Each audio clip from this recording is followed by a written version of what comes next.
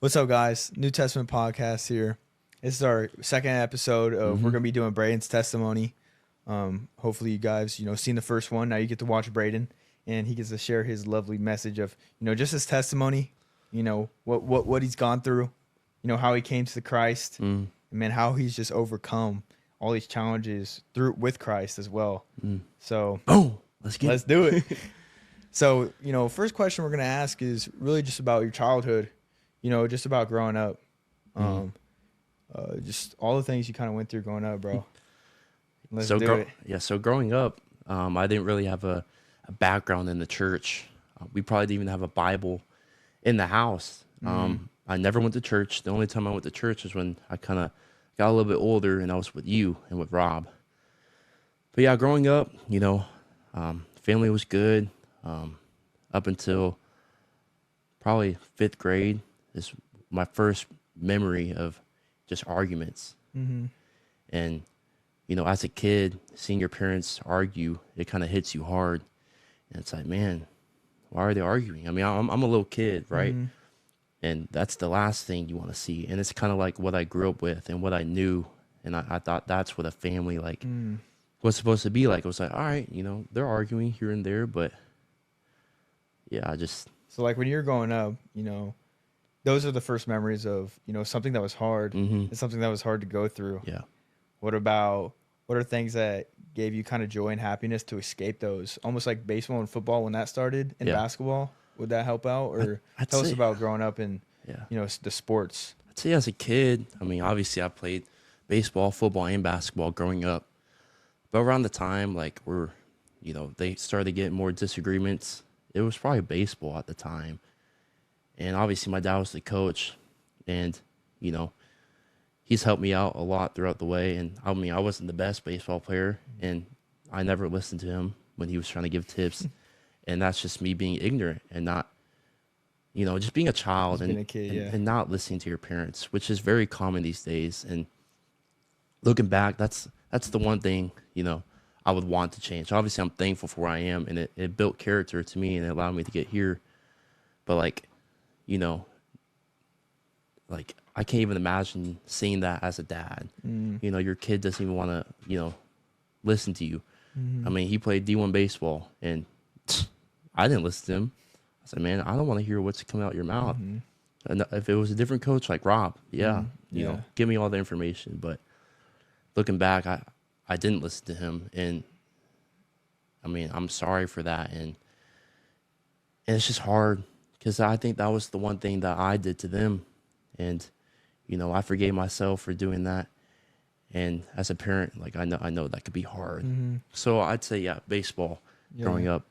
It's funny because a lot of times we don't want to listen to our parents, but we'll listen to somebody else who's not our parents. Yeah. We'll be respectful to them. But when it comes to our parents, it's like, why aren't we acting the same way? But I feel like, I don't know. That's just it's just childlike behavior. That's just how kids are, I guess. You don't really think you want to trust your parents. They know a lot of stuff. But when it actually comes to like, Braden, let's go teach you how to do baseball and stuff. It's like, whatever, dude. I mean, I know what I'm talking about. Yeah. No, I don't. Yeah. So yeah, outside of baseball, I mean, because baseball wasn't my life. I went to school, and I'd say after school is just being outside with all my friends and in the neighborhood. Because I think we had a very strong community in my old neighborhood with kids my age. And we go outside, we play basketball, or, we do tournaments, or we play like tennis, or just a bunch of stuff. And I think looking back, that kind of helped me get off the fact that my parents were arguing all the time. And, kind of seeing that it was kind of tough as a kid. So would you kind of like hide it away, not let anybody know? Or would you kind of lie to yourself and just be like used to it and not let it, act like it doesn't bother you? I mean, at a young age, it didn't bother me, because I thought that's what a it's family just my looked parents, like. I thought that's what it looked like. And I think even seeing like AB growing up too, I know with his dad and with his mom that they had arguments too, and that was probably the closest family that we were have a relationship to. And I saw that too from them. I was like, oh, maybe this is what a family looks like. So obviously, so 5th grade is my first memory of all that. And, you know, that definitely built trauma over the years because, you know, it just kept going on and on. And I'd say middle school, I mean, you know, I was just being a kid. I didn't do much. I played baseball. I didn't play football in middle school, but I played basketball. Yeah. So I don't really have anything to tell about my middle school years. Instead of, you know, I stayed away from the wrong crowd, I'd say, up until 8th grade. You know, because once you get middle school, you have more freedom than elementary. Yeah. You can start cussing. You can start, you know, talking to girls. Being you know, ornery, like just being crazy. Yeah, just being ornery, trying to fit in with people. And I feel like I did a good job, you know, holding my ground and what my parents taught me. Like, don't fall into the wrong crowd. Don't cuss. Because they had great, I guess, boundaries, you would say, when it came to raising us. And they did a very good job on, you know, drugs are like bad. Morals and morals like that you would teach a kid. And they did a good job, you know, telling that to us and keeping us in check with it. Yeah. So yeah, I'd say middle school and 8th grade is where I started kind of not falling off. So you'd say middle school is where you kind of started like to be a little, not scary, but you kind of started like hide some things from your parents, or 100%, what? Yeah. 100%. And I had so I think it was either 8th or 7th grade. It was actually the first time like I looked up, you know, stuff about girls like online. So like pornography. It wasn't pornography, but it was just like, you know, okay. like I'm a young kid. I'm like, all right, I want to see girls. So in basically, bikinis or that's basically like soft porn. Yeah. At that point, in a way, yeah. And kind of like seeing that come into my life, it was like, dude, enticing you and just taking hold of your mind. Yeah, I did take a hold of my mind because I kept, you know, looking it up. And at one point, I got caught. And it was actually at a track meet, bro. It was at a 7th or 8th grade track meet. I don't remember. And my mom pulls me to the side after I do the 400. You know, I'm dead. I'm like, and you don't know this is coming. I don't know what's coming. I get last place because I started off really fast. Yeah. And, you know, everyone beats me. And I get to the finish line. And I'm, you know, down on myself. Like, man, my mom pulls me to the side. Mid track meet? Yeah. Mid track meet. She's like, what was this on your iPad? And you're like, bro. I was like, no. I was like, no way. And then, obviously, I mean, I got grounded. Yeah. And I was in trouble. Would you say this is where, did it start a lust thing for you? Or, well, what about that? I'd say it did, because I didn't really, at a young age, I never had you know, anything that unlocked that. Yeah. Because they definitely protected us from that stuff, which, I mean, as a parent, you should do. You shouldn't allow your children to just get into that stuff. You know, as I said, they had good morals and good boundaries for everything that we were doing. So I think that was the first boundary, or moral that I broke. And after then, like, I feel like I started becoming slowly, like, not a bad kid. Like, I was a very good kid. Do you think that opened up the door to other things? Yeah, okay. So my 8th grade year, we get into my 8th grade year, and this is kind of where my anger starts coming in a little bit. Because I used to have anger, not like major anger issues, but I did have anger problems. Like, I'd be really short-tempered, you know, all these things, and it just messed with relationships in my life. You know, I was angry towards my parents, and, you know, seeing them argue, like, it brought, like, anger to me, and I've taught back to them. Yeah. You know, looking back, like, I wasn't the greatest kid.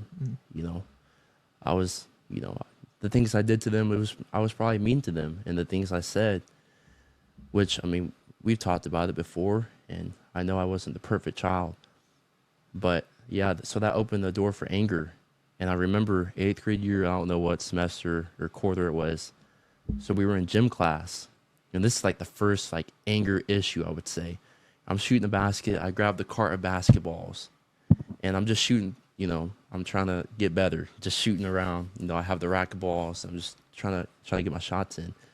And this guy comes up to me, and he takes the rack from me, and he starts throwing the basketballs. And you know, like, I can't hog all the basketballs. But looking back, I was like, man, I want all these balls to myself. I'm trying to get better, blah, blah, blah. He takes the basketballs, and I start getting mad at him.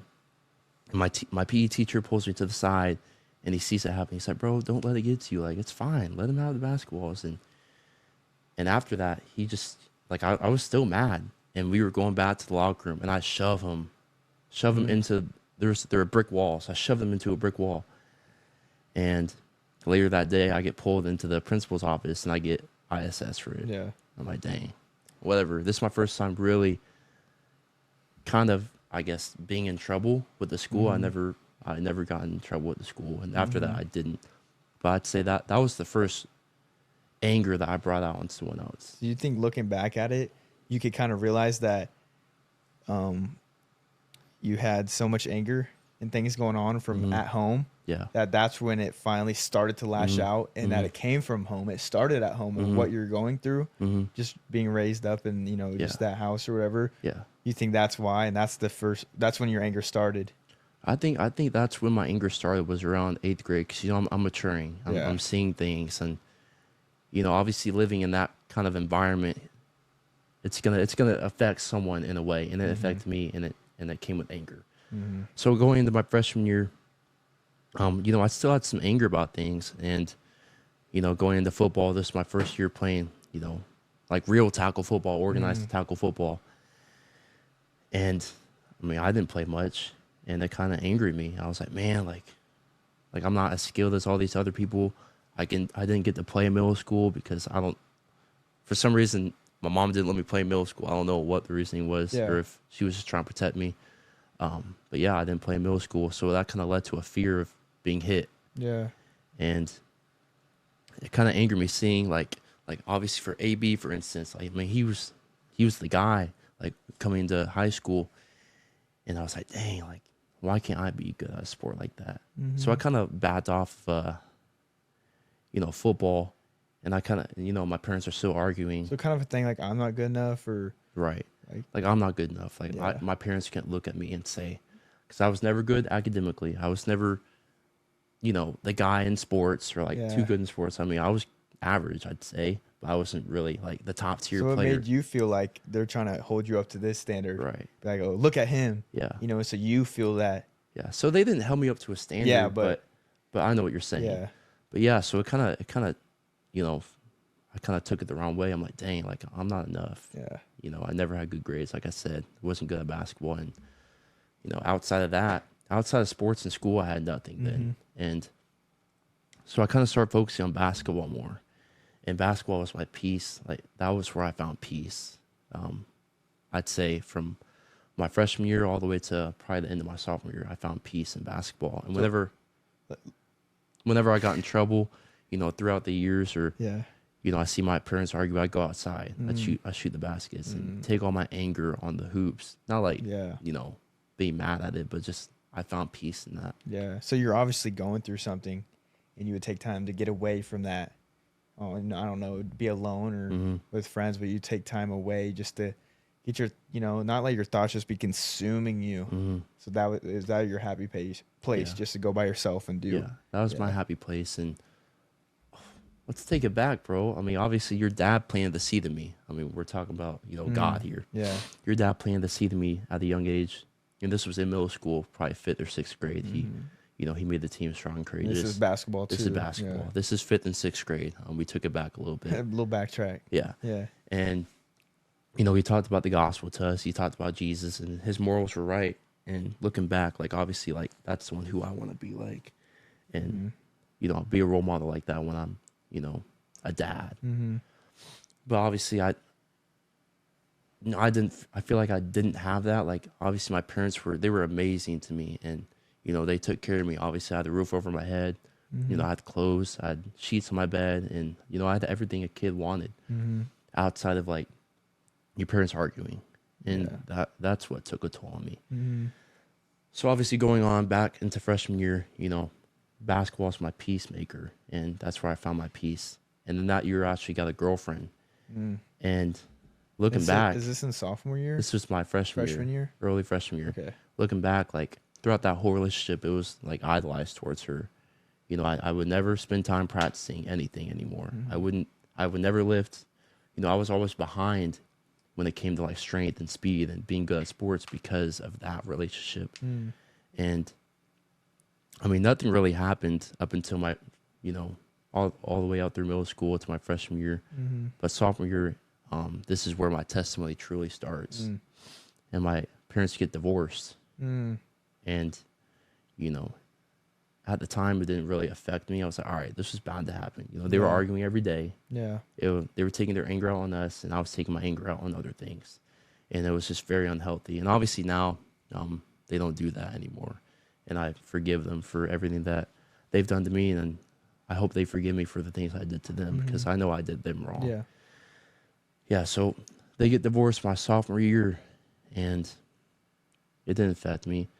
But I remember my mom coming up the stairs, and you know, it was just me and her at the house, and she comes up the stairs. She's on her phone. She's crying, and I'm sitting there like, "What's happening?" She goes into her room, shuts the door, and then she comes back and gets me because she saw me see her come up the stairs. She probably didn't want me to see her, but you know, I caught her. I'm about to go to my girlfriend's house, and she saw me, you know, see her, and she pulls me into her room, and you know, she's crying, and she tells me that they got divorced, and I start crying, and that's where, like, it hit me.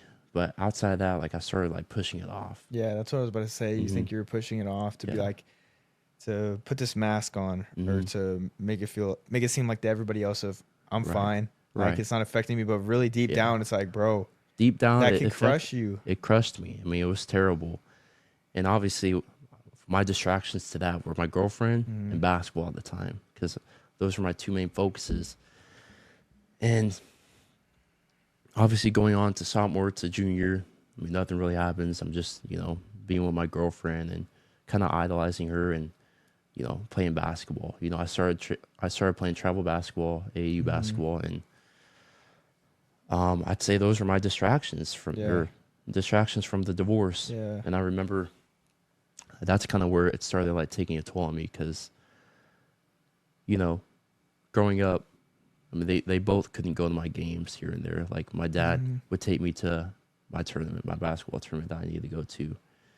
And then sometimes he wouldn't. Sometimes my mom would. And that's where it kind of started, like, not seeing my parents in the stands. It was hard. And this is in high school. This is in high school, AAU, sophomore year. And it's hard because all my life I've seen them at my games. And they've came to every game. Basically together. Basically together. I mean, my dad was the coach for baseball and stuff. But, I mean, every game they were there. Yeah. And I see that, and as a kid, it's like, man, like, I wish they were here for me. And yeah, so it just started hitting me a little bit more. So it's hard. It hits you, and it's hard to see them apart now. Mm-hmm. And did that affect you? Of, you know, would you ever think of it being like, oh, it's my fault, or would that ever hit you? It didn't hit me until my senior year, but we'll get there. But would you think that? Or did you just completely shut it off? I'm not touching that area. This has nothing to do with me, and I'm fine. And okay. Never touched it. Yeah. Never thought about it. Yeah. The only times I thought about it was when my dad moved out, and that was kind of hard. Yeah. Because, I mean, obviously there was some bickering there about what he can take, what he can't take, and seeing that as a kid, it was kind of hard. But I pushed it off. I was all right, whatever. That's not me anymore.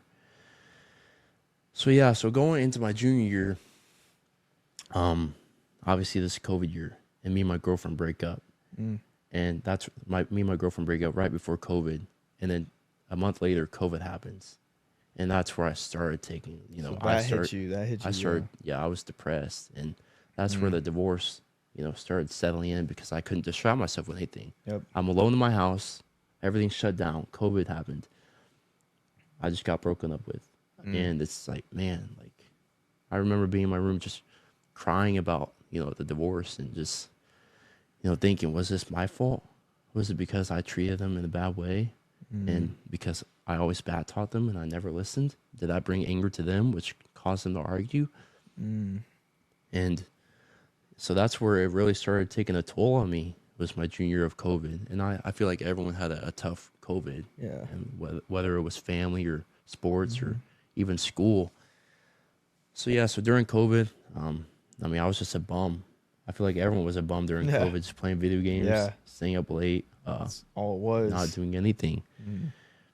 And then I finally, a couple months down the road, because obviously COVID happened for a long time. The lockdown was for, a minute. I feel like that's where a lot of people got depressed too. Yeah. That's where people started, you know, getting into depression of that. Yeah. Especially what you just went through. Yeah. You know, that could lead on to there. Now you have nothing. Yeah. You're just in your thoughts. Obviously, you know, God's obviously not around in the picture at the time, but all this starts to hit you. Emotions you haven't felt start to hit you. Just like the thing, you're like, am I enough? Was it because of me? You know, you have no understanding of what is actually happening, no grasp of it. So it's like you're feeding yourself like, oh, me. You're trying to find an understanding of it. Right.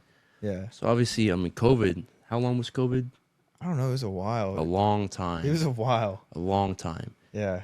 So after a couple months of just being a bum, playing video games and all that, you know, I locked in. I started taking my anger out on lifting.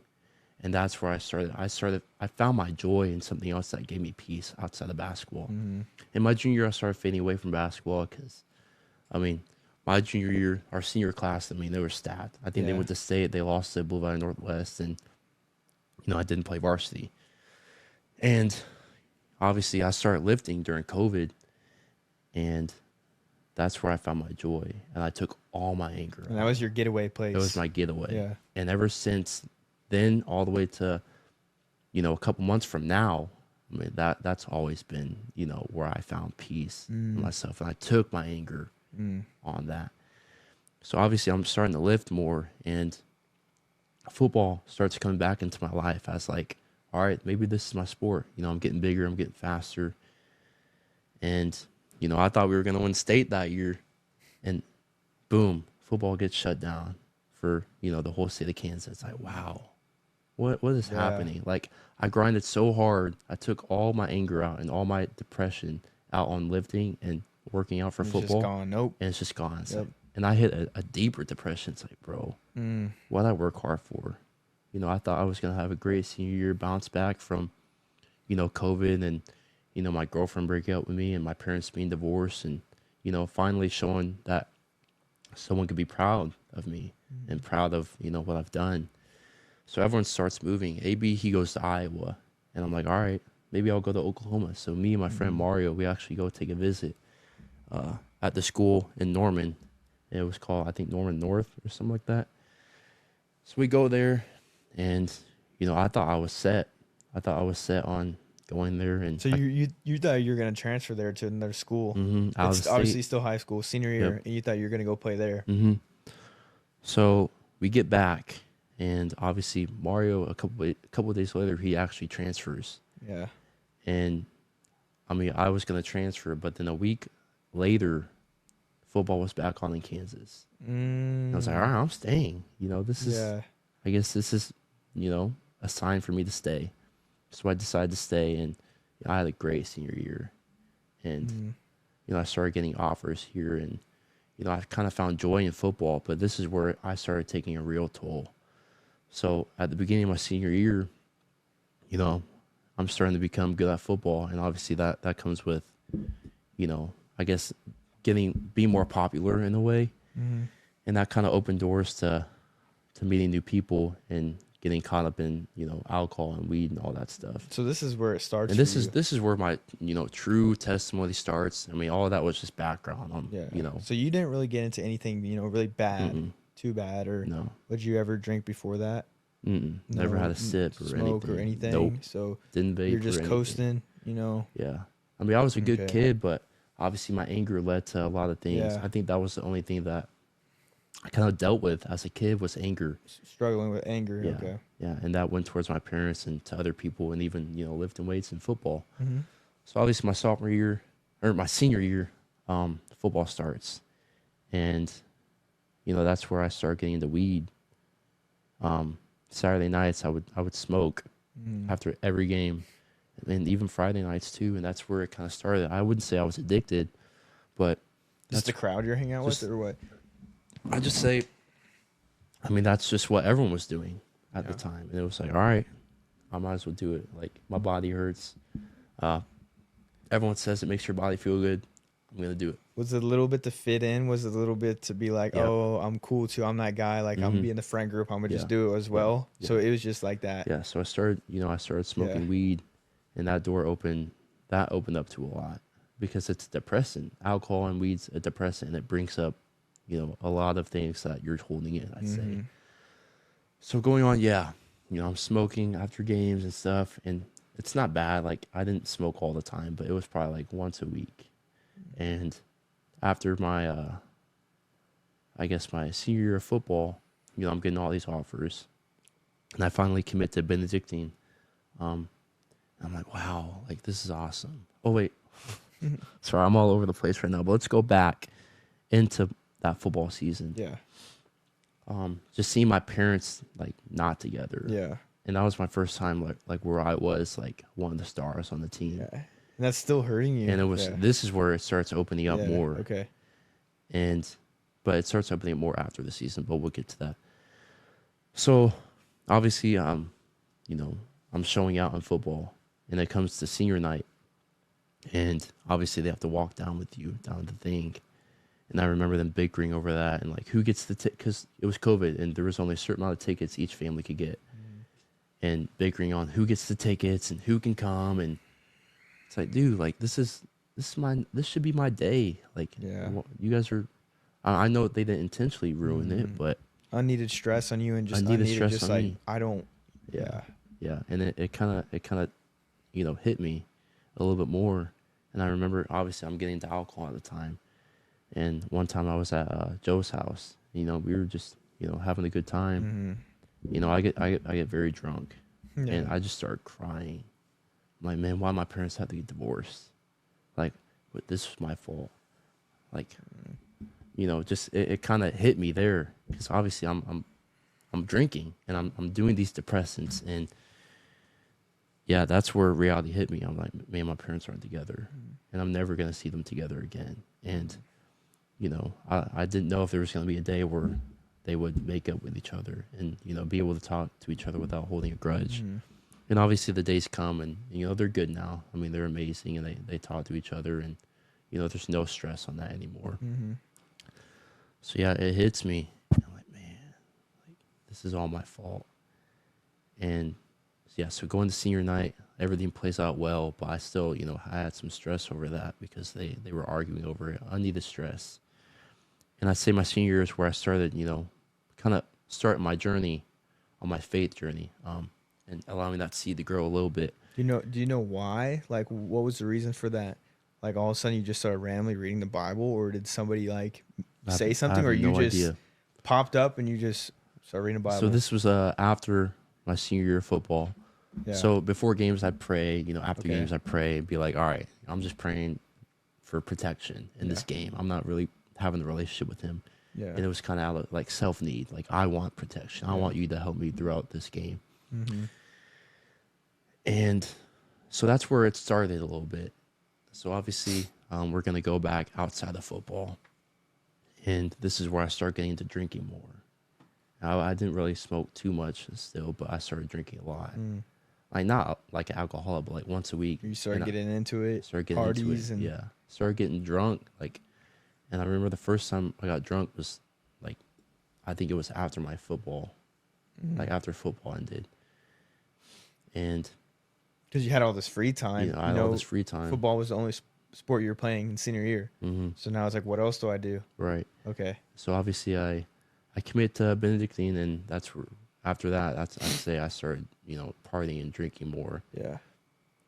And I kind of fell into the crowd of, you know, we're gonna go party after the game. We're gonna go, you know, party on Saturdays and do all those things. And, you know, I thought that's what was cool at the time and what was fun. And, you know, I fell into that crowd and I started, you know, drinking more, and, you know, it opened other things to like lust and to, you know, more anger, I guess, because alcohol does nothing to you. Like, it does you no good, and it allowed me to be angry.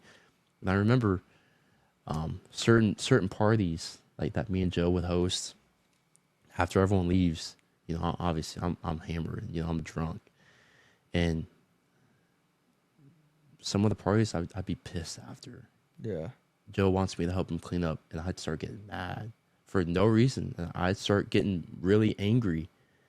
And it was like all that anger that happened through my childhood, and all the anger you had stored up, everything that you're shoving. Yeah, and it's like started to come out. Yeah, and alcohol like kind of opened that a little bit more, and obviously it opened the reality of my parents not being together, because I cried for the first time since it happened, and yeah, so I just get very angry, you know, after each party, and it's like, man, I'm jacked. Yeah.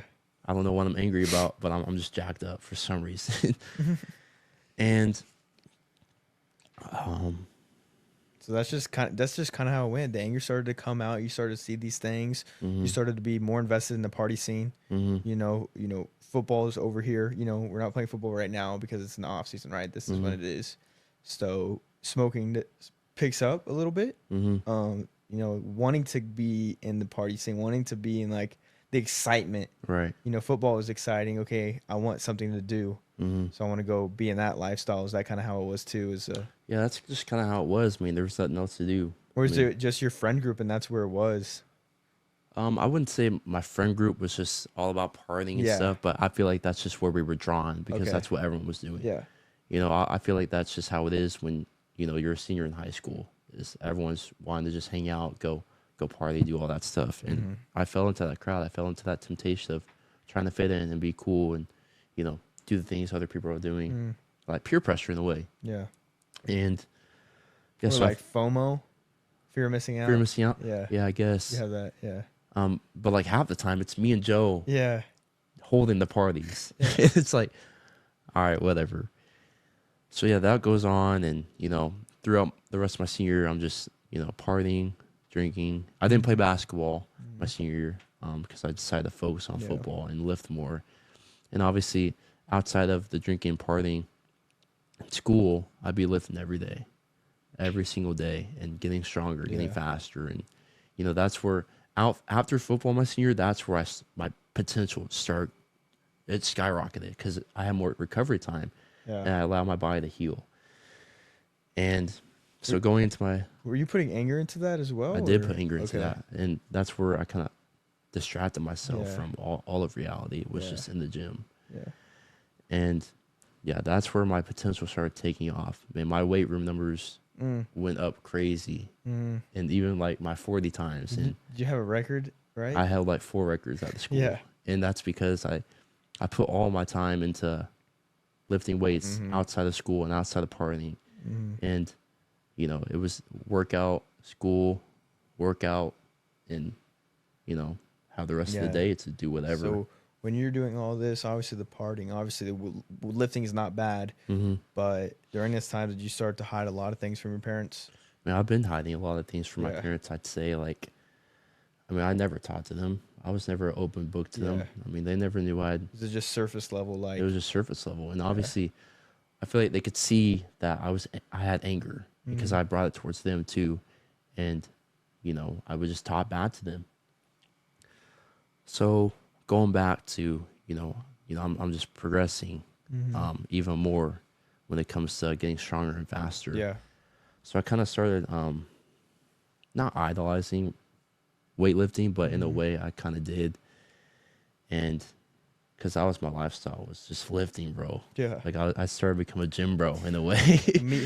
Meathead. And so I'm going through my senior year lifting, and then come like the last quarter, that's when I started breaking all the records. Yeah. And, you know, outside of that, I'm still smoking and drinking. And I don't know how I'm breaking all these records. Yeah. I think I did take a break from smoking throughout that time, just so I can really lock in and focus on these records. But like a week prior towards we were maxing out and going for the records, me and Joe held a party. And, you know, I'm laying on the couch after the party, just going to bed. And I remember someone came up and started messing with me while I was sleeping. And I just had so much anger built to me for some reason. And they woke me up. Yeah. And I was pissed. And I chased them around the house. Wow. And I hit my hand on something. And my hand is swollen the next day. And I was still drunk at the time when I was, you know, chasing. And it was like, I looking back, it's like, bro, what am I doing? Yeah. Like, that's when you know your anger is getting So mad. alcohol be doing to you. Yeah. And it was just sad to see because I'm going down the path of, I wouldn't say it being an alcoholic, but just like going down the path of just so much anger. Yeah. Someone woke me up and I got angry over that I had to chase them to try to, like, I don't know what I was going to do or whatever. But, you know, I hit my hand on something and my hand is swollen. And the next day I wake up and I see my hand is just big. And I'm pissed. Yeah. Because the next week I'm maxing. I work so hard to try to beat these records and to do all these things. Now So your hands messed up. and my hands messed up. Yeah. And I can't clean or, you know, bench or anything. And that whole week I was pissed at that person. I was mad. Didn't talk to that person.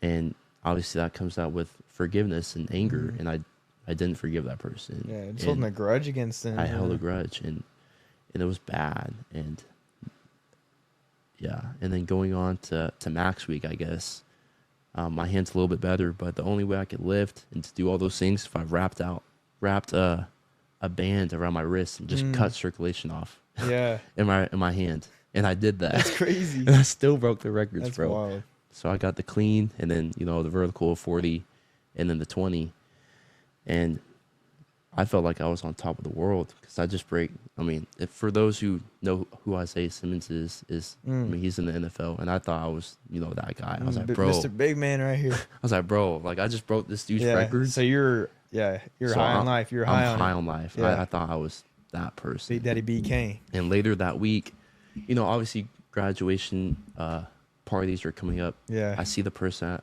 the graduation party, and we finally talk it out.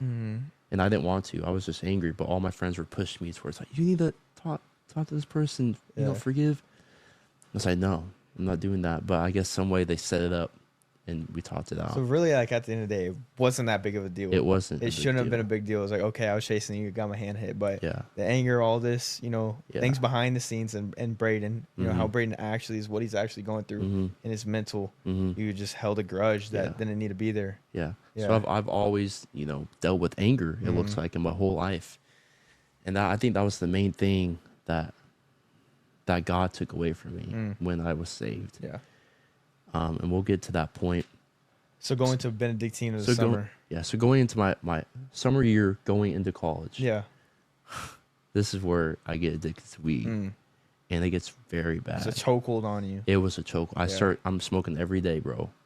And it's bad. Like very, very bad. And it's like I found myself where I kind of rely on it. Yep. And it was just sad to see. And I just kept doing it over and over again.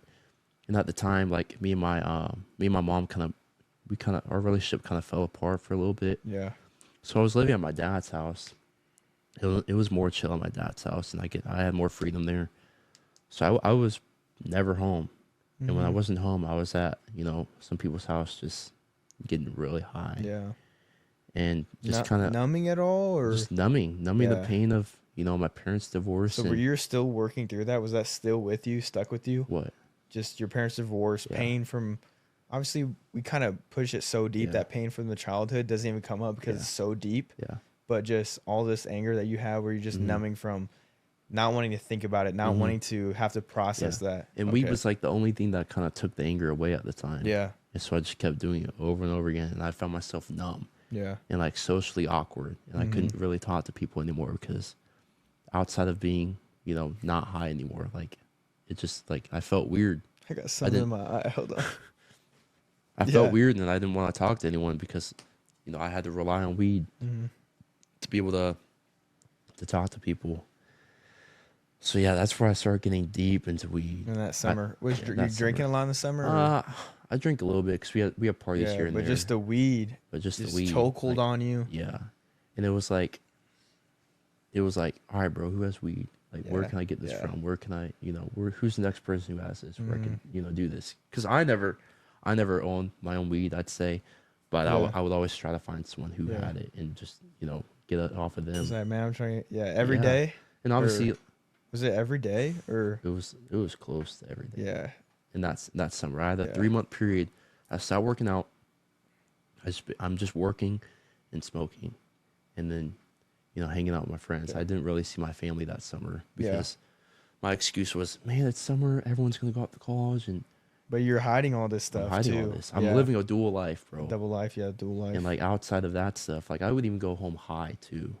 Would your relationships, obviously, you said your mom was a little bit surface level. Yeah. What about with your dad as well? So my dad, like, I lived there, so it wasn't bad. Yeah. But come summertime, my relationship with my mom kind of got better because we kind of. But still, even with your dad, was anything really getting deep? Was anything deep there? Was that ever like a deep relationship? You know what I mean? I'd say I didn't have a deep relationship with him, but I feel like, I was definitely closest to him there. Okay. Because I would go home, talk to him, and do those things. Yeah. But I would come home high. Yeah. And I'd be talking to them, like, and it came like a reoccurrence. And you get better at it. And I get better. Get better at it, yeah. I get better. And I remember the first time ever I come home high. It's 3 a.m. And this was like beginning of the summer. It's 3 a.m. And my dad gets a call from someone who wakes him up. He's like, is Braden at the house? Yeah. So I was at someone's house just, Yeah. smoking.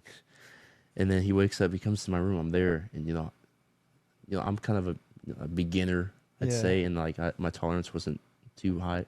But like that night I was, smoked a lot more than you should. yeah, and I was out of it. And he comes into my room, he starts talking to me. And this is my first time like talking to someone in my family while I was high. Yeah. And I feel like I played it off good. I don't It's know. your dad. I'm not sure if he knew. Yeah. He may have knew because just the look on my face. I guess it was 3 a.m, so he maybe could have thought I was tired. But it's like, wow, like I'm really hiding this from my own family. Did that ever play? Yeah, I was gonna ask you that. Did that ever like play effect into your life or play with your mind or anything, your emotions of having to keep this from your family, or did it give you so much stress or what? It started giving me anxiety and stress because it'd be like, I'm high. I don't know when my parents are gonna call me. I don't know when I'm gonna have to switch off this, this high, I guess, and talk to them. So I started getting a lot of anxiety. This is my first time experiencing anxiety. That's when anxiety started for you? Yeah, and it was weird. It was like, what is this feeling? Like I have this weird feeling in my gut. So that's when it starts kicking in. So obviously that whole summer I was just numb, smoking every single day. And I finally go off to college. And those first 3 weeks of college, or probably the first 3 or 5 weeks, I'm like, we're done. We're done with the partying. We're done drinking, smoking, being in that crowd. You're determined. I was determined. Yeah. First day I get there, they gave us packets for the playbook, and they give us film to watch. And, I'm locked in. I'm like, all right, like I'm going to try to play as a freshman. So, I'm studying, the playbook. I'm getting the groove of things when I first get there. And this was before the season because I think we went a couple weeks before class even started. Yeah. And, I'm focused and I'm starting in the groove of lifting again. And I lost a ton of strength over that summer because I was just numb myself with the weed and stuff. So I get there and, I'm doing great. And I'm like, man, I have a chance to play. Like at that point, I was third string. Yeah. There's 2 upperclassmen ahead of me. And I mean, they're big guys and obviously they have experience, but if one of them goes down, I'm up next. Yeah, you're the next guy. Yeah. And we were in a playbook where there was a lot of 12 personnel, so there's 2 tight ends on the field. And I was like, bro, like I could be in that any time. Yeah. So, I'm getting better. My routes are getting better. We're going through 2-a-days and I'm just locked in. And I think it was a week before the first game, I like pulled my hammy. So that set you back. And it set me back. Yeah. And I'm like, bro. And if you pull a hamstring, bro, that's It's hard. It's bad. That's very bad. Like it takes probably a month or maybe 5 weeks to just get back to normal. So during that process of you pulling your hammy and you actually thought you were about to begin the game, it looks like, and did that play with your mental? Did that make you feel like I just worked for it again really hard and it sets you back of, man, am I even gonna it was terrible. Come back from it? Yeah. And it was like it was stripped away from me. It was like, bro, like I've been working so hard since I got here and now I pull my hamstring. And I don't know if that's because of the training we did or if I wasn't stretching properly or doing mobility, but I pull my hamstring and that's that. So once that happens, that week, I'd say Benedictine is a pretty good party school for a smaller school. Everyone's partying. Everyone was asking me, why don't you come out? Why don't you come out? Yeah. I'm like, no, like I'm not doing that stuff. I'm here to play football. Yeah. And to go to class. Yeah. So you're trying to stay away from it, push it away. This trying time to stay actually away dialed. because I knew the stronghold that it had on me. Yeah. And I was like, if I go back, I'm gonna be stuck. Yeah. So I pull my hamstring. Obviously, there's gonna be a party that week. I'm like, whatever. Yeah. I'm gonna go out. Yeah. I have nothing to lose now. Like I'm out for weeks now, and I don't even know if I'll be able to play this year because as a freshman, that sets you back a lot. Yeah. And people are gonna produce. And there was another tight end with me, and we were on the same skill gap.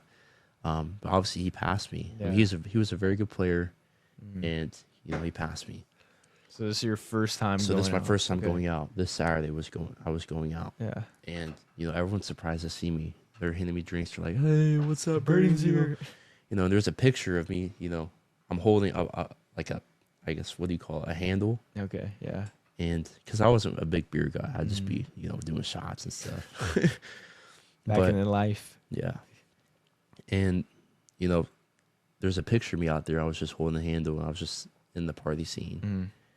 And that night I got weed and alcohol opened back up to me. Yeah. And that's where the stronghold, it grabbed me So again. you started smoking again in college? I started smoking again a lot. Yeah. And it was bad. And yeah, so throughout that freshman season, you know, I suited out a couple of games because there's JV and varsity for NAIA. I played in the JV games, but I also suited out if they need me, if someone got hurt. And I only played in a certain amount of JV games because you can't play in too many games for a year. Yeah. Then you won't be eligible for, you know, a varsity game or yeah. something. Yeah. So I played my 3 JV games and I suited out for probably 4 or 5 games out of the 12 or 13. Yeah. And that was towards the end of the year. But man, that whole first semester, weed has a choke on me. Now, did they drug test at all? They or? didn't drug test. No. So they drug test certain people. That's what they said, but I never remember anyone getting drug tested or anything. So you felt like you're free, man. It got you back. It now got me you're back. chokehold again. I'm stuck, bro. Yeah. It's like, man, this thing's got me. Yep. And at the time, I kind of started clicking, like, bro, what I'm doing is not right. But I kept going back to smoking, drinking, partying. Were you losing self-love? Were you losing like the happiness of like, you know who you are, your identity? I was. Where was that at? Where was your identity at in that point? My identity was, I guess, in football. Yeah. In partying and stuff. Mm-hmm. But I'd say, after I pulled my hamstring, that's where that depression started coming back. And sometimes like we're going through so much, or we're just doing too many things, you know, that aren't good for us, that are hurting us, that we don't even know where our identity is. Like you ask me, don't even know like where I was at that time. You know, for you might have been like, you know, I really don't know. I was that's just how lost, it could be. and that's why I kept running back to the weed and alcohol. And I don't know where I was. Oh yeah, I fell into a depression after pulling my hamstring. And that whole first semester, you know, I'm probably crying 2 out of the 7 times out of a week before I go to bed, and I'm just crying. What am I crying about? I don't know. I remember sometimes I'd just be crying about my parents' divorce. You know, it kind of took a toll on me a little bit more. Like, did I let them down again? Like, I'm not playing anymore, and I kind of, you know, fell into a scene of partying and stuff. And, you know, obviously I just led down a path to depression. Yeah. And what I do, I kept smoking. And I kind of fell away from the partying a little bit because that was the first thing that God kind of opened my eyes to. It was like, what is this partying going to do for you? So I just started, you know, being on the weed and smoking and smoking, numbing it, just like, bro. Numbing everything. Yeah. And yeah, And then going into that, I mean, obviously you're talking about that is toward the end after football was over, just like high school almost. After football is over, it's like you're open up to be like, okay, now what do? I have so much free time. Yeah. Obviously, you guys are still lifting, right? Right. But it's going into the end of first semester. So what does the end of first semester look like for you? So obviously we're going into the break. Yeah. So I'd say towards the end of my first semester there, man, that's where God kind of opens my eyes to weed. He's like, to weed. Oh, okay. Yeah. Because obviously that I'd say that first quarter and a half, it was weed. And it had that stronghold, but then God, he kind of opened my eyes a little bit. I didn't know it was the Spirit at the time. But you went to Benedictine, so you're going to a Catholic school. A Catholic school, so you're going to a mass. Yeah. Were you reading your Bible at all during that time? No. Well, I'd say so. So I got my KJV Bible my senior year of college or high school, and I started reading a little bit more, but I had no idea what it was saying. You know, those so it was words, just like a book. It was just a book, and it was always on my nightstand though. Like I've always respected the Bible. I don't even put anything on top of my Bible because I'm like, all right, that's disrespectful or anything. So I kept it next to me. I knew my heart was there. Looking back, my heart was there, and I knew what I wanted. But I never came down to run into him, run into the Father. But he started opening my eyes to things. And obviously the football scene was great. You know, I loved football there. I loved the coaches, and Obviously, the players too. I mean, I make great bonds with the players while I was there. But yeah, later on that semester, my eyes get open to weed, and I kind of start falling back from that. Yeah. And I kind of like get a calling from, the spirit tell me to leave.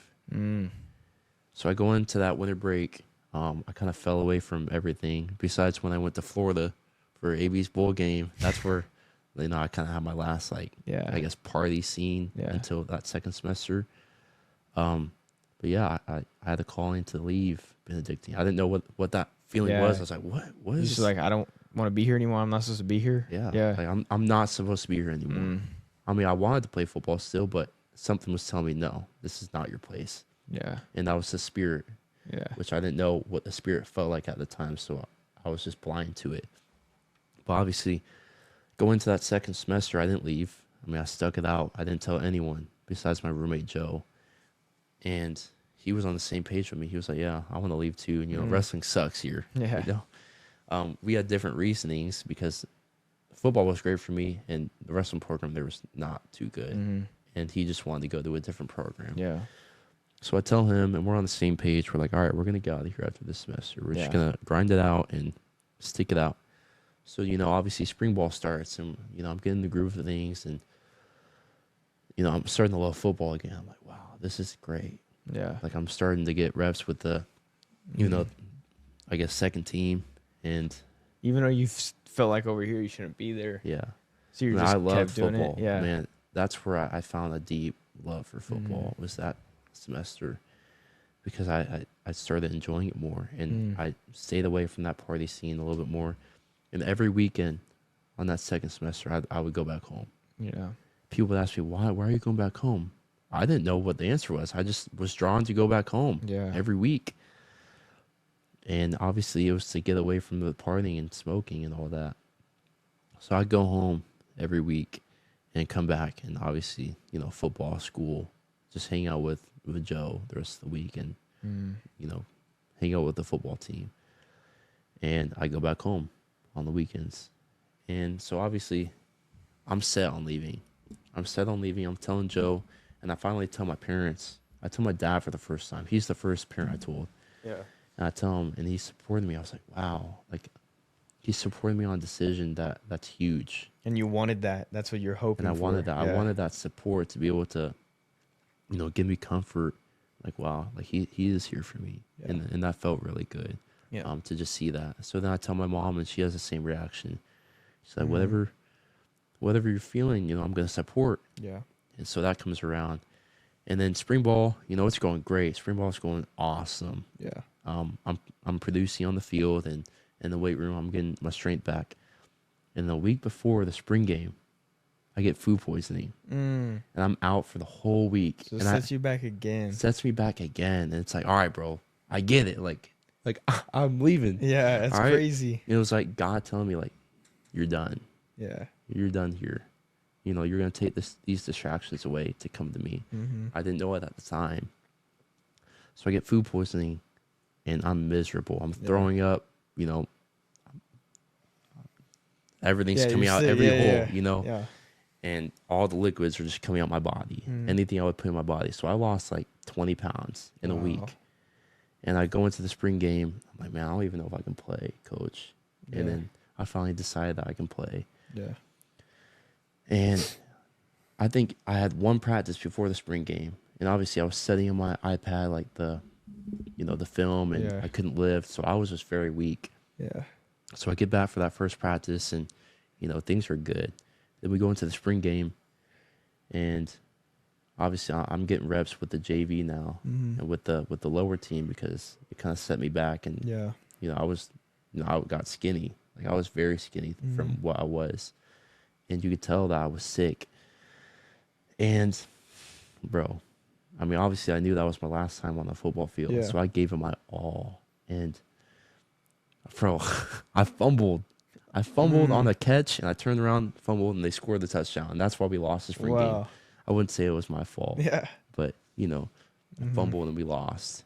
And on the last play of the game, it was actually a blocked field goal. And someone picks up, and it's like 90 yards. I felt like DK Metcalf, because he was all the way, and I caught up to him. Yeah. I tripped him up, but he still scored because the end zone was right there. Yeah. And after the spring ball, you know, I knew it was my last time. I was like, dang, like this is my last time setting foot on a football field. And one of the coaches that's been there for a long time, he actually he called me out saying that I did a great job hustling on that last play. Yeah. And I was like, dang, like my last play was that. And the coach complimented me, and it was like, you know, I'm walking away from this, and no one knows yet. Yeah, they don't None know of you that guys you're know. about to leave. You don't. Yeah. So obviously, after the spring game, we have 1 week of recovery. We're lifting. We're not doing too much. They kind of give us a week off, and after that, it's kind of back to lifting, and we were actually maxing.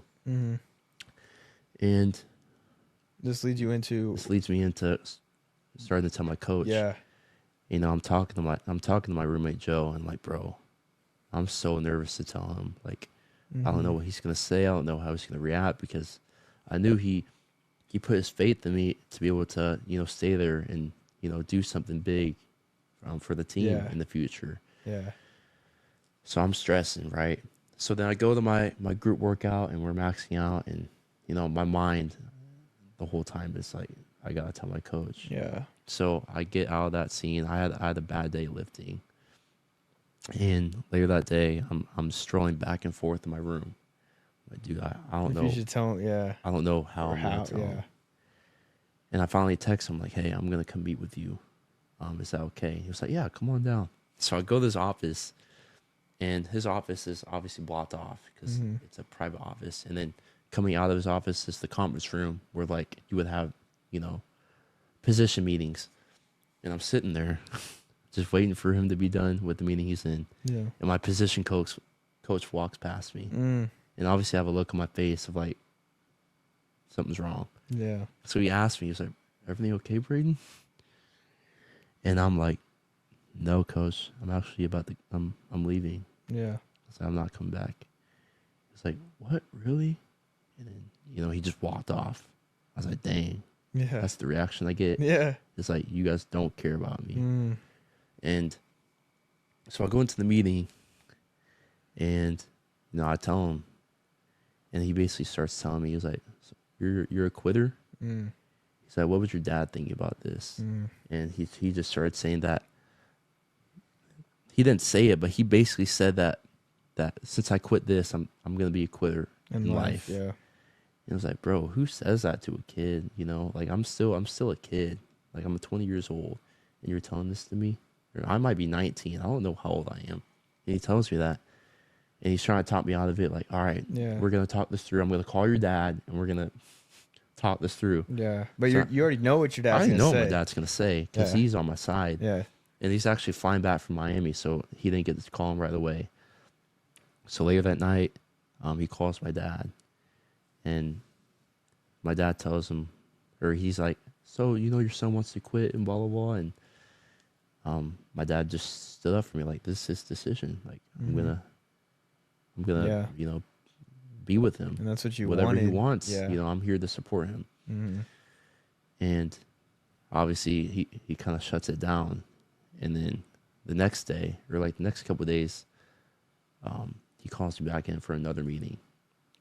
He's like, "All right, we're gonna talk about this," and well, just trying to change my mind again. I'm like, "No, coach, I'm Trying to get you to out of stay, here. yeah. I'm out of here, bro." And then that was that. And then that time I finally went to my locker. I got everything, all my cleats, all my gloves. I just cleared out my locker, and I left. And then obviously this is coming towards the end of the semester where we're about to go home. Yeah. And I'm starting to pack my car up. And then he actually sees me packing my car up to leave to go back home. He's like, "Braden, when you get the chance, come meet with Trying me to again." get you a third time. I'm like, "Dude, are you serious?" Like, I'm with my friend. I'm with Joe. I'm like, "Dude, what the heck?" Like, I'm already set on leaving. Yeah. So I go meet with him out of respect, and I'm not going to just ignore him. I say, "Yeah, I'll go meet with you, coach." So I go meet with him. And he basically sets up a meeting. He's like, "All right, I'm going to call you this day. What day are you free?" I'm like, "I don't know what days I'm free yet." Yeah. Like, I mean, my mind's set. I know, like, I'm not going to, Yeah. you know, You're gonna get out of come there back. anyway. So Eventually. So he starts to talk to me. I was like, "Bro, like, this is what you want. Like, you're going to stay here, and you're going to blah, blah, blah. And I'm going to call you at this time. I want you to think about it during these next couple weeks. And I'm just going to give you a call. You're going to tell me what you want." So I leave. pack all my things, go home. And he gives me a call like a couple weeks later. I don't answer. I remember looking at my phone, and I dropped my phone. Yeah. I said, I'm not answering this dude. And looking back, I should have answered, been more respectful to him. Because obviously, I kind of broke that tie. You know, I didn't. I guess I didn't gain his respect. I just left him. Like I kind of ghosted him in a way. And you know, I still had a couple players texting me, like, bro, did you hear what Coach Leonard like is doing? Or I just said a name, but like they thought I was still on the team. Yeah. I'm not saying anything bad about that coach. I'm just saying, like, for an example, did you hear what he said about, you know, when we have to be back? Yeah. I didn't even answer him. Because you're just gone. I'm gone. I'm out. That's out. Yeah. So obviously I get back. So this leads into you're done. This You're leads done with into- Benedictine. This leads into summer year, going into my sophomore year. Yep. And this is where I'm trying to work on myself. You know, I get a little devotional. And I'm starting to read that more.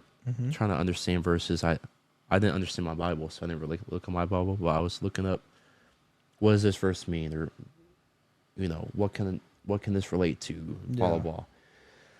So I started writing down everything in my devotional. And it kind of helped me build, you know, that, not a connection, because I mean, I wasn't obeying his word. Yeah. I was just, you know, I kept going behind his back. Yeah. But I started understanding what, you know, the Bible was talking about.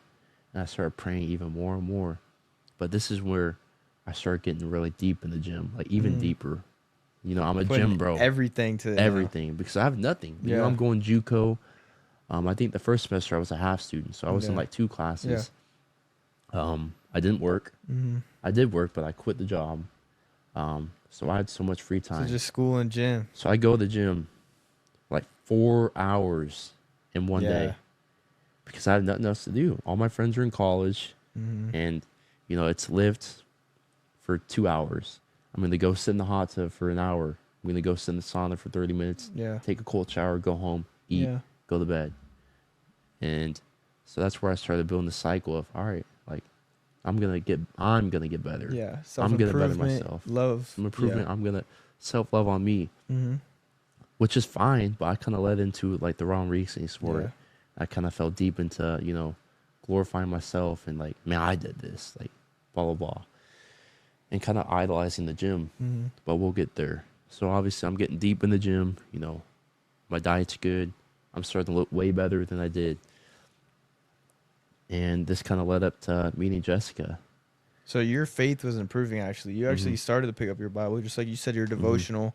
This is where you're kind of a turning point in your life. You know, done with Benedictine. Okay, now you're trying to self-improvement. Going through that devotional, would you read the Bible a little bit? So I pick up my Bible to try to compare it. I had no idea that there was different versions. I was like, why are they saying different things? But you're trying to follow. You're trying to follow God. So my heart was there, but the way I was living wasn't. Yeah.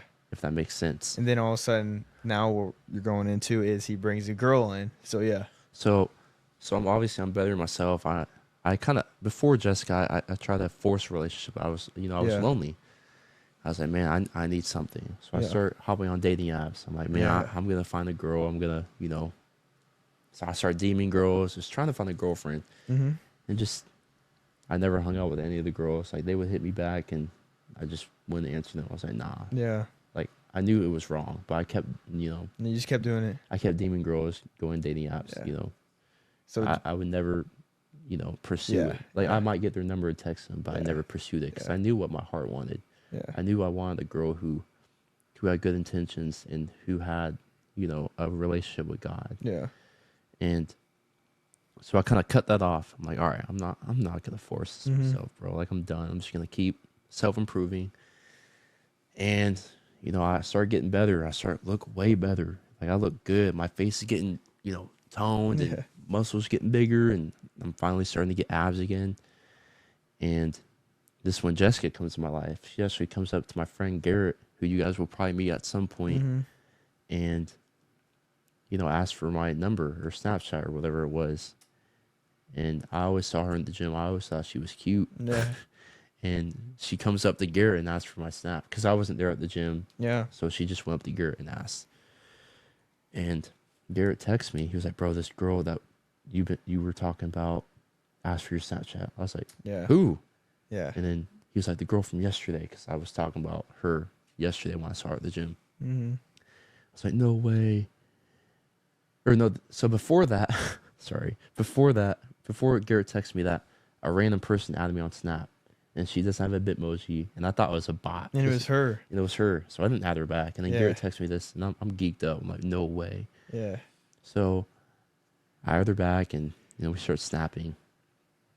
And what's crazy about it is, we start talking a little bit more. And the first time she asked me to like hang out and stuff was she asked me if I wanted to go to church with her. Mm. And so, like, that was my first time I was gonna be here, was go to church. Yeah.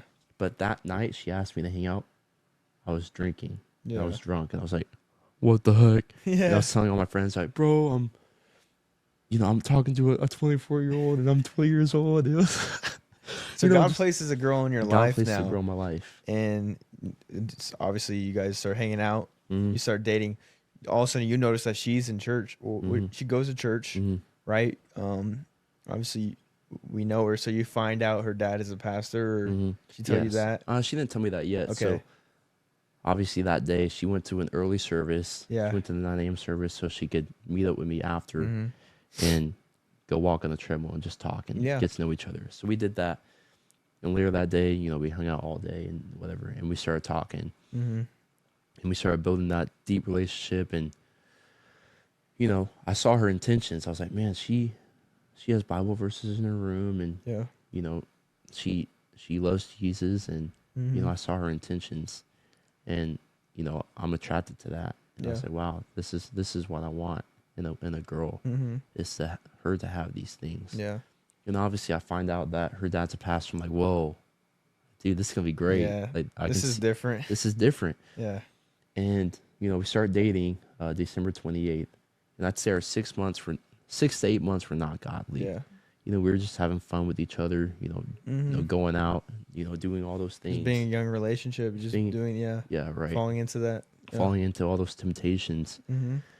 And this kind of leads into, so obviously I meet her and I'm starting to go to church every single week. Okay. And she goes on a travel job. So this is having an impact on your life now. This is where it started, going up a little bit. Yeah.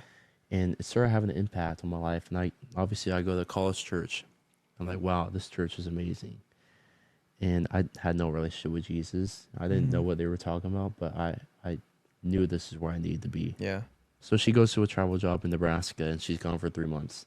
And I'm still going every single day to church. Or not every day, but every week to church.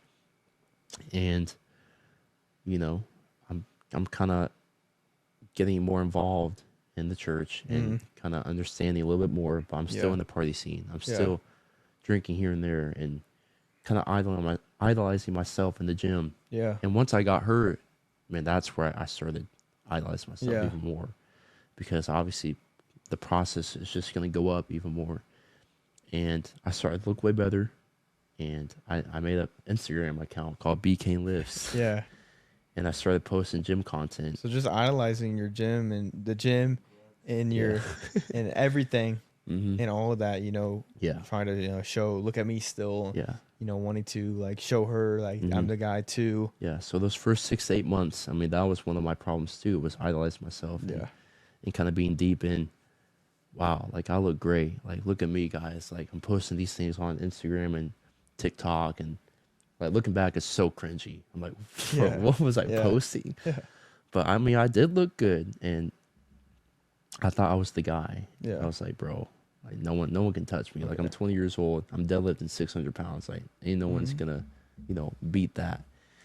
And I started glorifying it in a way, and looking at the gym in the wrong way, and I just get stuck in that cycle of, man, like this. So we're now on the gym. You're going to the gym, idolizing and stuff.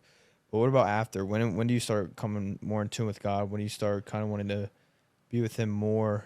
After the gym, because obviously there's a long time period when you guys are together. You're still going through this like Yeah. slowly or whatever. But when does it come like to where you're actually trying to follow him with intention? So we started dating December 28th. And Yeah. it was probably around, fast forward to like August is where I kind of start falling away from the gym scene and Okay. like glorifying myself and kind of looking at it different. He opened my eyes and was like, you don't need to be doing this. So you're son." in the word more, or I wouldn't say I'm in the word, but I'm surrounded by the word because I'm Yeah. going to church and, I'm going to her Okay. house and that's such a godly house. so and- just that being poured into you? yeah, Is right. now you're getting these different feelings about different things, Right. different mindsets about different things. Right. Okay. And actually, the first time I went to her family's house, this was a little bit in the beginning Yeah. of the relationship, obviously. But man, this is where my parents' divorce came back to me, and it was kind of like I went there, and it just felt so peaceful there. Yeah. And I saw that she can cuddle up with her dad. She's 24 years old, and she's cuddling up with her dad, and it's like I've never even seen my sister do that, or I've never seen myself do that, even as a kid, any of my parents. And it kind of hit me. I was like, bro, this is what a real family looks like. Yeah. Like, this is what, what my family was supposed to look It was like. kind of hard for you. And it was very hard for me. And ever since, like, I stayed the night there, like 2 nights, because they lived down in Independence. And I remember that second day I was there, I hardly talked. Yeah. It kind of hit me. I was just like sad. It's like, wow, like I want this, and I wanted this as a kid, but Yeah. I didn't get it. Yeah. So that's where it hit me, and like knowing that that's what a real family looks like, and it was just very, very sad for me. And we get back to here, and I talked to her about it, and I'm just crying. Yeah. Like, man, I never had that growing up. I don't know how you can be, 24 years old and cuddling up with your parents like that. And it's like, I've never had that in my life. So that's kind of affecting me a little bit more, kind of bringing back trauma. And that trauma brings anger to her a little bit. And, I kind of start bringing that anger back in a way towards her. And it wasn't fair. And I was being a little bit toxic to her. Yeah. But, I always respected her. But I would just get mad over silly things. Yeah. And yeah, so let's go back to August. I start kind of falling away from the gym a little bit, kind of stop idolizing myself. Yeah. And on my gym page, I start kind of posting a little bit more Christian stuff. Yeah. Like what I listened to in the gym was worship music. And I started putting verses out there. And so I'm kind of falling away from that. God opens my eyes to that. And where y'all going? Okay. Cut. Nah. So you start falling away from that. Your eyes are getting opened a little Yeah. bit more. You're starting to post a little bit more faith-based things on your Instagram channel. Yeah. And then, so what is past that? What is the next thing So that the happened? next major thing that shot my relationship up was Yeah. my uncle and my aunt, Uncle Terry and then Aunt Jamie. They got me a Bible. I asked my mom for a Bible for my birthday. Yeah. And I got it early. I think it was late November. Yeah. I got my Bible. And, I'm very thankful that they did that for me. I mean, they got me a study Bible. I mean, these things aren't cheap, Yeah. right? And, ever since I got that thing, I've been in the Word. Yeah. And that's where I started, I Diving caught on in. fire because Yeah. I have the NIV version. Yeah.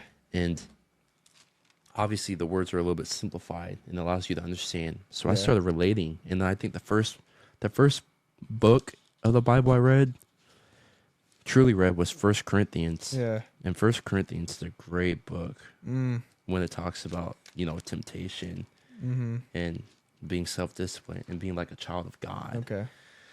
And so it kind of opened me up to like, wow, Yeah. that's what being a child of God looks like, and falling away from temptation and being strong in your faith. So And it's kind of you're starting to find what you've been seeking for your whole life. And now you're slowly starting to find it, getting more interested in it. Like, okay, what is this? Now it's fueling you. And now you're actually feeling something And from it. those 2 weeks of me having that thing before I was saved, I mean, I was on fire. Yeah. And, during, I fell away from the partying a long time Yeah. ago. like in all the weed. I didn't smoke for a long time or alcohol or any of that. So the 2 weeks I was on fire.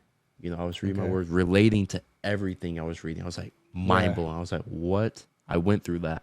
Yeah. That happened to me. Like, man, you know, Paul, he was just on fire when he was writing, you know, so all you're these books. taking it all in, feeling it all. Yeah. And it felt great. It was like, I've never had so much joy in something. Yeah. I never read as a kid.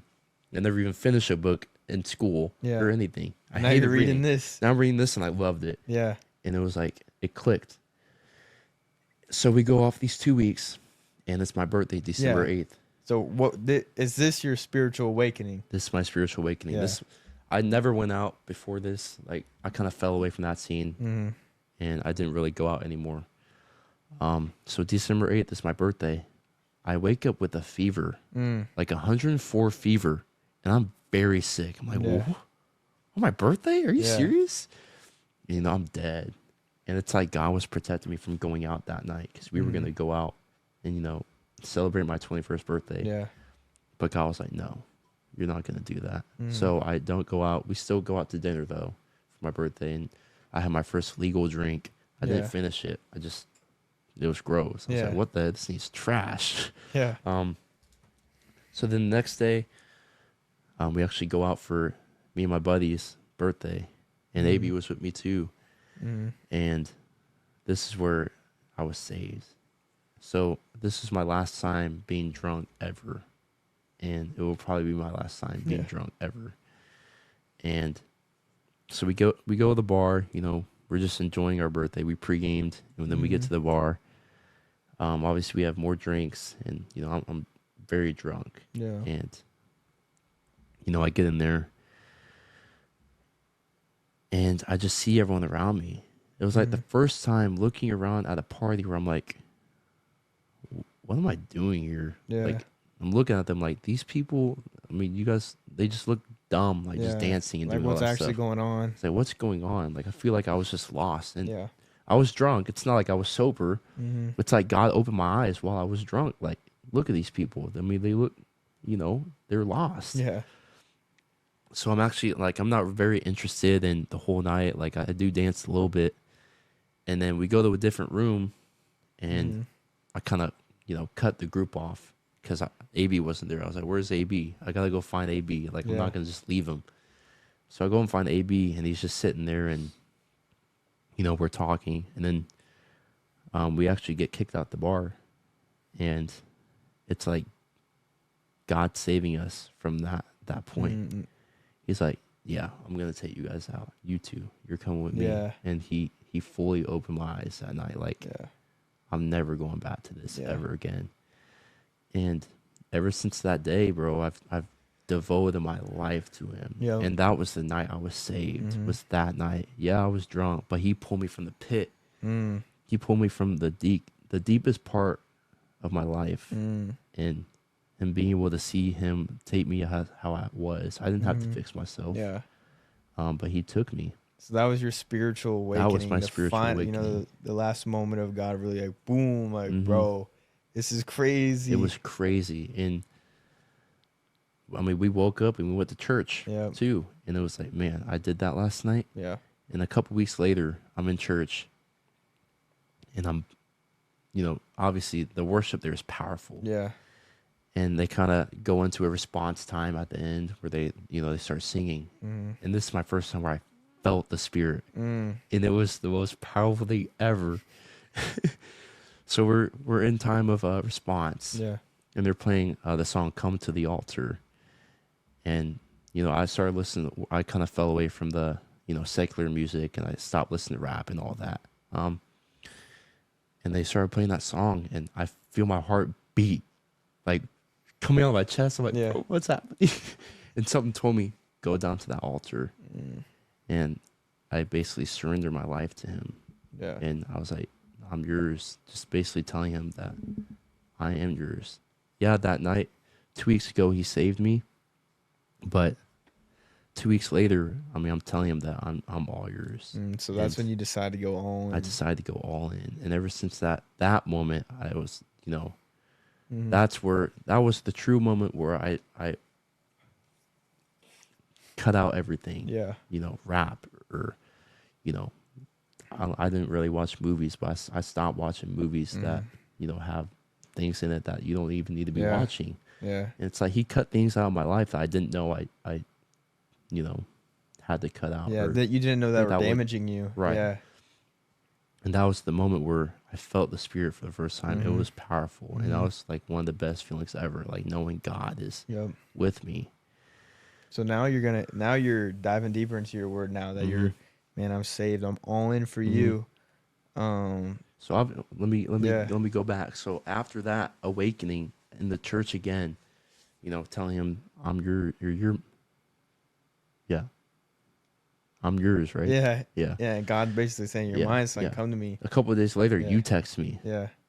"Hey, Braden, I've seen you've given your life to Jesus, and I'm giving my life to Jesus." Yeah. Crazy And- timing, huh? Crazy timing. And I text him like, "Bro, that's amazing." Yep. And you know, I teared up a little bit just seeing that, because I mean, you felt what I felt, and it was like, I mean, you can't. That's the best feeling in the world. Yeah. Is feeling, you know, the presence of God with Yeah. you. And then we didn't fall off, but we didn't really text each other. And then a couple weeks later, AB comes back for winter break, Yeah. and this is the first time we like reconnect outside of like Snapchatting each other and all that. Yeah. So we go to AB's church, Life Church, and we go to the Christmas Eve service. And I think was that the first time I saw you? Yeah. That's the first time we really all hung out together, you know, because we were separated for such a long time. And now it was like God saying, you know, if they watched my testimony, they probably heard the prelude that we were talking about, us being together. Yep. And God showing us, you know, that we're going to be brought together. And now this is the first time where we're actually hanging out, you know, trying to follow Christ at the same time too, which is crazy. Yeah.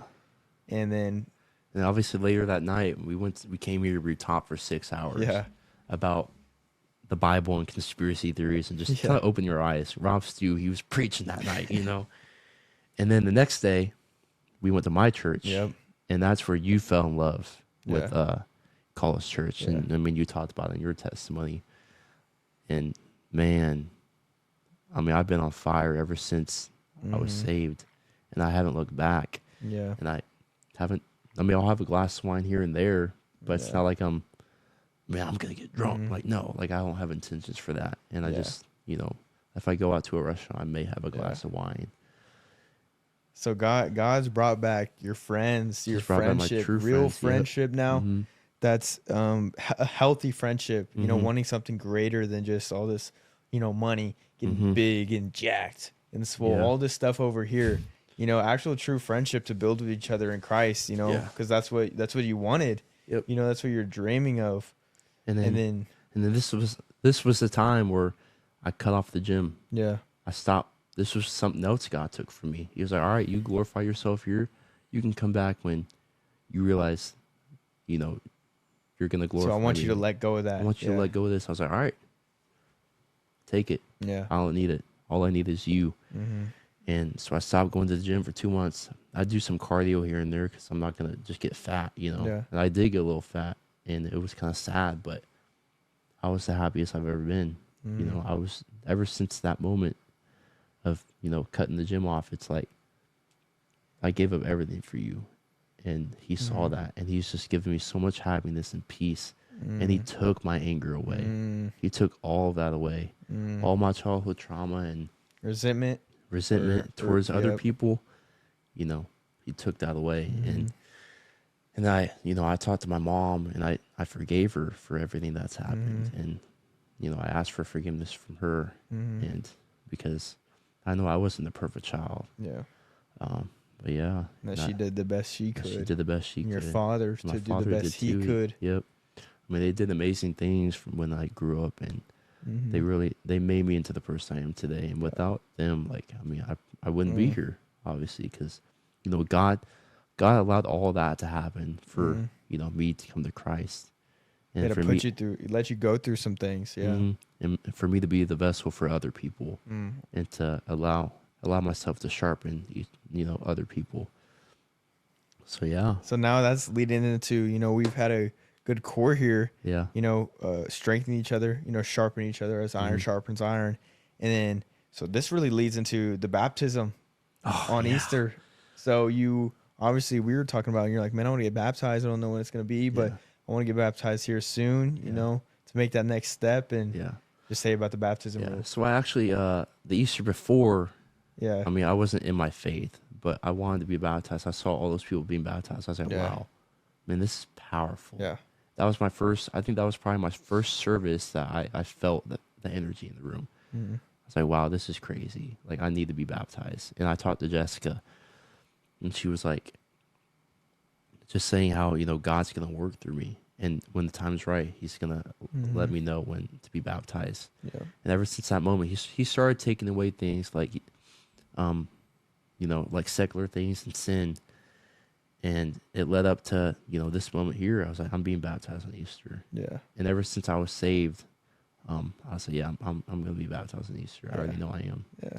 So that date was already set. And, obviously that was the greatest day of my life. Yeah. And just seeing my whole family in the church, and, all my friends to come support me and, see me take that next step in my journey, man, it was surreal. Just seeing them there, and it was awesome. Powerful. It was awesome. And that's powerful stuff. And then just after the baptism, what did you feel after that? Just complete joy. Yeah. It's like I was washed clean. Like, obviously I was saved December 9th, but it's like God washed me clean from everything at that point. He was like, no, like, you're mine. And, he took me from the pit of hell and brought me to life and allowed me to be made new. And, he just changed my life. I did a full 180 and, I was stuck in sin and I was stuck in, my addiction to weed and maybe even drinking and basically idolizing myself in the gym. And he changed that for me. He rewrote your mind. He rewrote my mind, and he took that anger away from me. And, he could take anything from anyone. And, if you're struggling with any strongholds or addictions or sins, bro, like, just come to him. Yeah. I mean. And, like, even, like, just before the baptism, too, Bibles and barbells, you start doing that. You start getting into that. At the gym, that's another thing that God's brought to you to be able to do. Now you get baptized. Now it's like, now this is just going up. And also the podcast. And then crew. Yep. The Josh, podcast, crew, Josh, and amazing people being brought into your lives. Brought into your life, right? Big D. Big D. And that's Dante, by the way. Everybody coming back and new names. God surrounding you with new people. God surrounding you like, hey, I'm sending you these people, I mean, he's brought me so many people to, basically support me on this journey and to sharpen me. I mean, without you guys, bro, where would I be?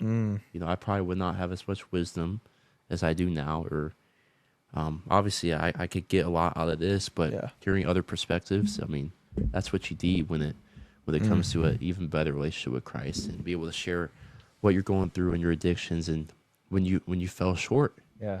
And I feel like that's just so powerful, being able to talk to someone when, you need it. Yeah. So let's go into your verses. What were some verses that stuck out for you? What were some verses that helped you? Yeah. Or, yeah. So I actually got this tattoo. I know we talked about your tattoo. Yeah. But I got this tattoo in Florida, actually, when we were at AB's bowl game, 2021, I think.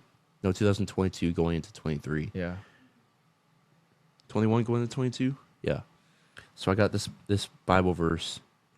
And the funny thing about it is I was actually a little tipsy, bro. Yeah. When I got this Bible verse. So it's crazy how that works, huh? It is crazy. And it's wild. Like, bro, that's like blasphemy. It's like, yeah, God showing you something you don't even realize at the time. Yeah. And I didn't even know this verse. Like, I don't even know where this verse came from. Yeah. Like, I don't remember what C was playing to me to pick this verse.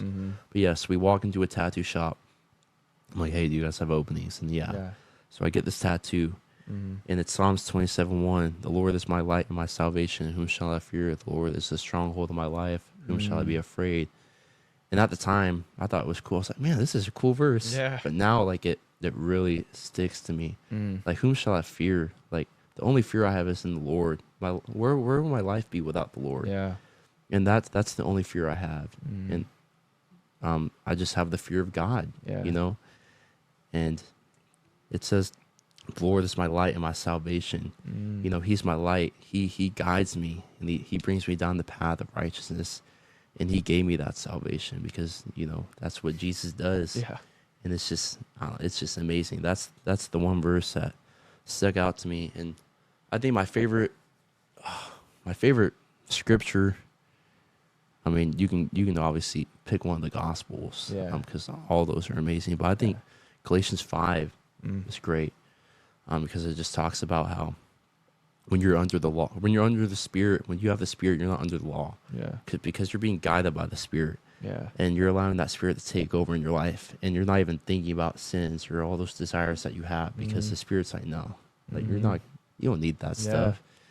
So yeah, that's just very, very powerful to me too. Or even the good acts. Like, I'm doing good acts, I'm not even thinking about it. Right. You know, I'm doing things for the kingdom, and I don't have to think about it. It was like, should I help him because God would want me to? Yeah. No, I'm just doing it because that's me now. Yeah. The Spirit. And it's like recently, bro, like I mean, I have a job. I've been making, you know, decent money. And it's like, I don't care about this money. Yeah. The money's going to come back. Like, money's just temporary. And I see someone on the road, you know, I try to get cash. I don't even know my PIN number, so I can't get cash. But whenever my parents give me cash, that money doesn't go towards me or food or anything. It goes towards other people. I see someone on the road. I write them a verse, give them $20. I tell them Jesus loves you. Yeah. And I drive away. Awesome. And that's the only seed that they need to be able to, you know, change their life. So God's giving you obviously a servant heart now, Yeah. wanting to bring people to His kingdom, wanting to change the. You know, we went from acting like this over here, boom. Now all of a sudden anger is gone.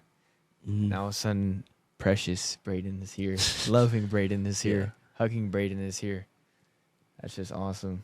Yeah, and it's like, bro, like these past, how long has it been? Since December, bro, like my life's been the best it's ever been. Yeah. And I felt so much joy and peace and, you know, just comfort knowing that I have someone who loves me so much that, you know, I'm forgiven. My sins are forgiven. And it's just amazing to think about, because no one in this world, you know, the flesh doesn't want you to love. The flesh, I mean, everything in this world is evil. And there's no real love on this earth. No one's gonna love you unconditionally. This world is full of pain and, you know, trauma. And the only love that you're gonna get that's real is from Jesus, because He'll never leave you or forsake you, bro. That's awesome. Yeah. Love you, Braden. Yes, Love this sir. guy, Big B Cain. What do you have? Anything else you have to say to them? I just say that you guys aren't alone. You know, whatever you think you're going through, you can talk it out, bro. Just let it to the light. Don't hold all that darkness in you, and bring that pain. Yeah, we're here. No one else to If tell about yeah, this stuff. yeah, You just need to share it. yeah, We're more than open to listen. yeah. If you have no one to talk to, bro, just come to us. I mean, you can shoot me a DM. I'll give you my number, and we can just talk things out. Like you're not alone. What you've been through, we may have been through too. And we can just relate, and relating to each other with, you know, all your traumas, and be able to talk it out with someone is just powerful. And you're letting that into the light, because that's what Jesus wants you to do. If you had 20 seconds to spit out what Jesus has done for you in your life, just things He's taken away, things He's healed you from, spit it. He's just taken away anger from me. I mean, I used to be a slave to sin. I know I say that all the time, but He has taken that away from me. Yeah. Because obviously I used to desire, you know, not being being sober, or not being sober. First Peter 1, it tells you to be alert and sober mind. Boom. So yeah, just Biblical. be sober, bro. Biblical knowledge from B Cain himself. Yeah. Well, man, I love you. Yes, Big sir. dog. Let's That was go. good. I hope you guys like, comment, subscribe. Was just awesome to hear. Big B Cain. Jesus loves you. To hear Braden's testimony, and I hope you guys really enjoy. And I hope you guys have something that you guys can pull out of this, something that you relate to. And man, I just hope you guys keep watching. Yep. Thank you for sticking out if you made it this far. So, yep. But it's a long one. We love you. Jesus loves you, man. Bye.